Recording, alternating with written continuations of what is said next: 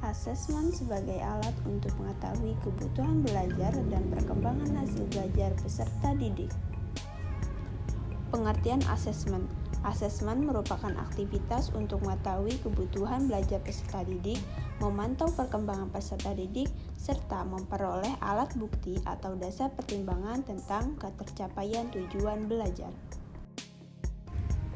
Asesmen dibagi menjadi 3 macam. Yang pertama yaitu asesmen diagnostik.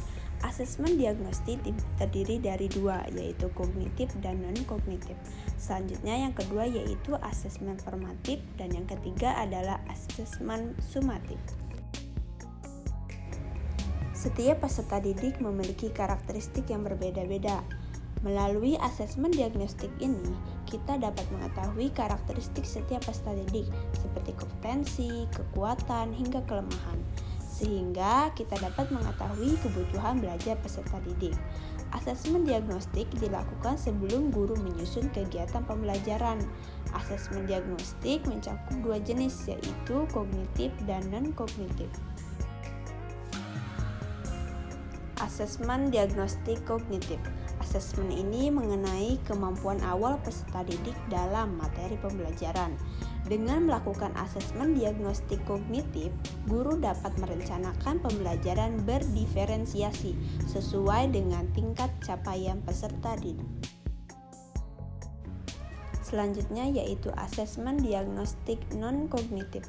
Asesmen ini meliputi gaya belajar, faktor keluarga dan lingkungan, motivasi diri, hingga kemampuan sosial emosional peserta didik.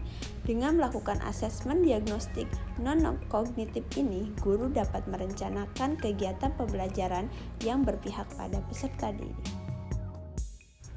Asesmen yang kedua yaitu asesmen formatif. Asesmen formatif adalah asesmen yang berorientasi pada perkembangan kompetensi peserta didik. Sepanjang proses pembelajaran, guru dapat mengadakan asesmen ini untuk mengetahui sejauh mana tujuan pembelajaran sudah dicapai oleh peserta didik. Apabila peserta didik dirasa telah mencapai tujuan pembelajaran, maka guru dapat meneruskan pada tujuan pembelajaran berikutnya. Namun, apabila tujuan pembelajaran belum tercapai, guru perlu melakukan penguatan terlebih dahulu. Hasil asesmen ini dapat dijadikan acuan untuk perencanaan pembelajaran selanjutnya dan melakukan revisi apabila diperlukan. Yang terakhir yaitu asesmen sumatif. Asesmen ini bertujuan untuk menilai pencapaian tujuan pembelajaran peserta didik secara keseluruhan. Asesmen ini dilakukan pada akhir proses pembelajaran, dapat dilakukan sekaligus untuk 2 atau lebih tujuan pembelajaran sesuai pertimbangan guru. Asesmen sumatif menjadi bagian dari perhitungan penilaian di akhir bab, akhir semester, atau akhir tahun. Selanjutnya ada teknik asesmen. Untuk melakukan asesmen diagnostik, formatif, dan sumatif, guru dapat menggunakan teknik atau cara sebagai berikut. Yang pertama ada tes tertulis. Tes tertulis di sini bisa berupa soal-soal. Yang kedua ada tes lisan. Ketiga yaitu observasi. Keempat unjuk kinerja yang isinya seperti presentasi atau praktik. Selanjutnya adalah penugasan, dan terakhir adalah project. Yang terakhir ada instrumen asesmen.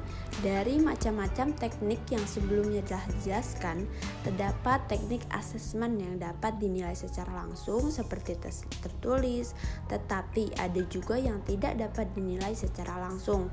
Oleh karena itu, guru perlu menyusun cara penilaian yang akan dilakukan. Nah, pilihan instrumen asesmen yang dapat dikembangkan dengan mempertimbangkan teknik asesmen antara lain ada 5. Yang pertama yaitu butir soal.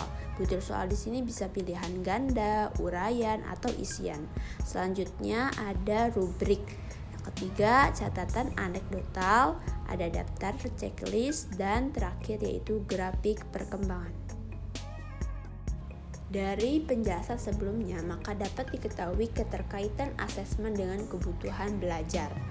Nah, dengan dirancangnya asesmen diagnostik, maka akan diketahui karakteristik peserta didik, baik kognitif maupun non-kognitifnya. Nah, dengan diketahui karakteristik tersebut, maka akan diketahui kebutuhan belajar peserta didik itu apa saja.